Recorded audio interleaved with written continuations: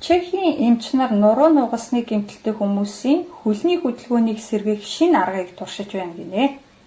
Уг аргын гол түлхүүр нь нугасанд тусгайлан хийсэн электродыг маш нарийн хагалгааны аргаар суулгах юм гинэ.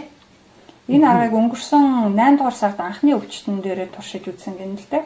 За тэгээд тэр өвчтөнийх нь нэр нь болохоор Томаш Свашик гэдэг энэ залуу сүүлийн 7 жилийн турш тэрэгцэр дээр сууж байгаа гинэ.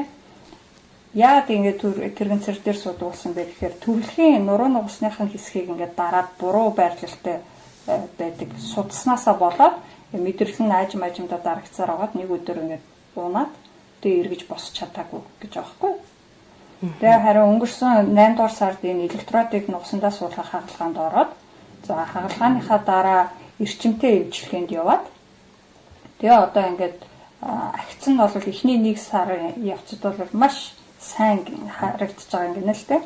Энэ нуруунд суулгадаг электрод нь яг яаж ажилладаг вэ гэхээр нугасны маш жижиг хэсгүүдийг өдөөгөөд тэгээд энэ цаашлаад биеийн доод хэсгийн нөгөө саажилттай булчингуудыг үйл ажиллагаатай болгоход нөлөөлдөг гинэ.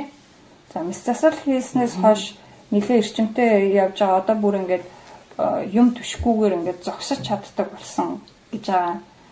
Тэгээд энэ чинь нөгөө удаан хугацаанд сууж агаад эргээд алхахдаг болонгууд ерөөсөө анх хүүхэд хөлд орж байгаа юм шиг тийм байдаг.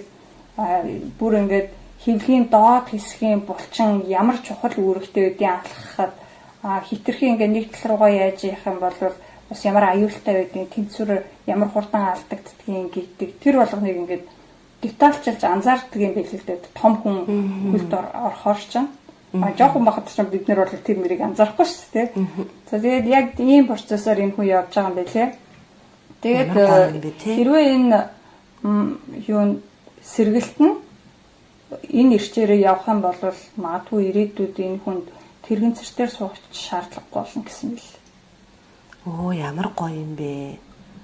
За тэгээд энэ хагалгааг хийсэн Томайер гэдэг эмнэлэг нь яг энэ хагалгаагаа дахин 8 хүртэлх тооны өвчтөн дээр туршихаар төлөвлөж байгаа юм.